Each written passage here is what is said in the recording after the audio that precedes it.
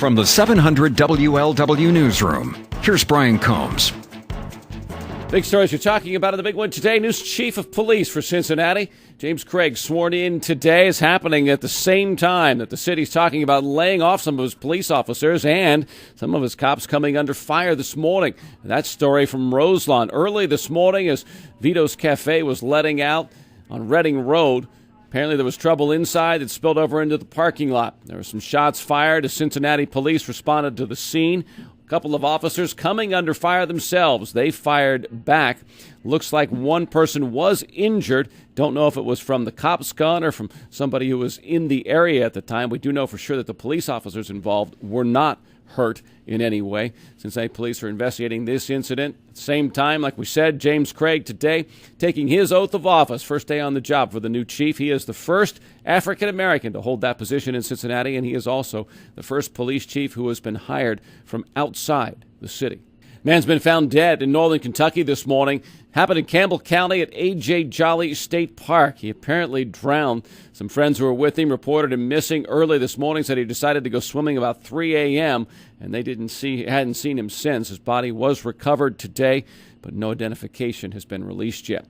Talking redistricting in the state of Ohio, a couple of members of Congress could lose their jobs because of declining population in Ohio.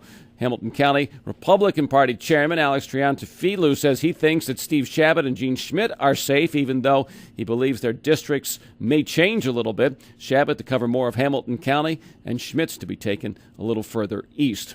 Shabbat and Schmidt both voted with John Boehner in approving the debt ceiling deal last night. Jeff Davis of Northern Kentucky did not, however. He was one of the Republicans who voted no. Today the Senate votes. It's expected to pass with the president signing the bill before the midnight deadline tonight. People in Mount Healthy voting today on a new school tax levy. It's the third time the district's tried to pass this levy. They say they're facing $2 million in cuts. If it falls short, levy would cost the owner of a $100,000 home in Mount Healthy extra $228 per year. Museum Center is not going to be going to voters for money this year to fix up Union Terminal. They say the historic building in Cincinnati is in need of about $150 million in repairs, but they say they understand the current climate for taxes and raising them, so they'll hold back on that request at least through the end of 2011. 700 WLW Reds update. An extra inning loss to Houston last night pushes the Reds now 7.5 games behind the Brewers in the NL Central. That loss to the Astros came in extra innings last night. Same two teams tonight. Airtime on the big one is 7:10. Experts don't expect much from the UC Bearcat football team this year. Media poll just released this morning for the Big East shows the Bearcats are picked to finish 5th.